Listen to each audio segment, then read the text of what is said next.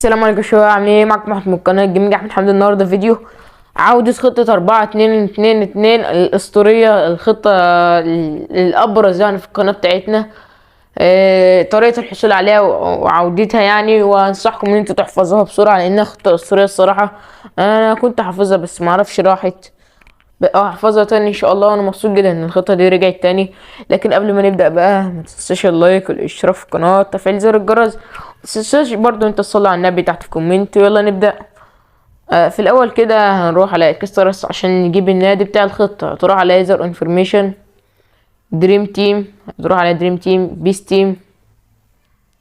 بعدين هتروح على قاره اوروبا. تنزل كده لغايه ما تلاقي الليجا 1 اللي هو الدوري الفرنسي الدرجه الاولى. بعدين هتلاقي نادي باريس سان جيرمان، اكيد كلنا عارفينه يعني، اللي فيه ميسي ونيمار وامبابي. وهتعمل دوني، بعدين باك، بعدين باك. بعدين هتروح على الاف فوتبول وورلد، هتروح على الجيم بلان الخطة طبعا. بعدين هتلاقي هتضغط على المدرب، تضغط على الخطة بتاعتك وتعمل ديفولت. هتضغط على كلمة ديفولت اللي فوق الخطة دي كلها تعمل ديفولت. بعدين هتيجي تبص تلاقي الخطة اشتغلت معاك. دي افضل خطة بالنسبة لي موجودة في اللعبة، افضل من خطة 4-2-2 بالنسبة 4-2-4 بالنسبة لي. هي خطة 4-2-2-2 تقريبا مؤكد يعني، بلا مش تقريبا مؤكد. والخطة دي اسطورية. تعالوا كده نعمل اوتو وهيجيب لنا اللعيبة ونغير مدرب عشان بلسه بس. تعالى منت. الخطة دي اسطورية، محتاج 2 دي ام اف زي كاسيميرو واللاعب كيميتش، ومحتاج واحد غير جيمس لان محتاج واحد يتقدم قدام عشان يلعب عرضيات ويساهم في الكرات الهجوميه. فانت ممكن تحط اما ارنولد اما جو كانسيلو، بس انا هحط كانسيلو. ومحتاج في الاي ام اف نيمار طبعا.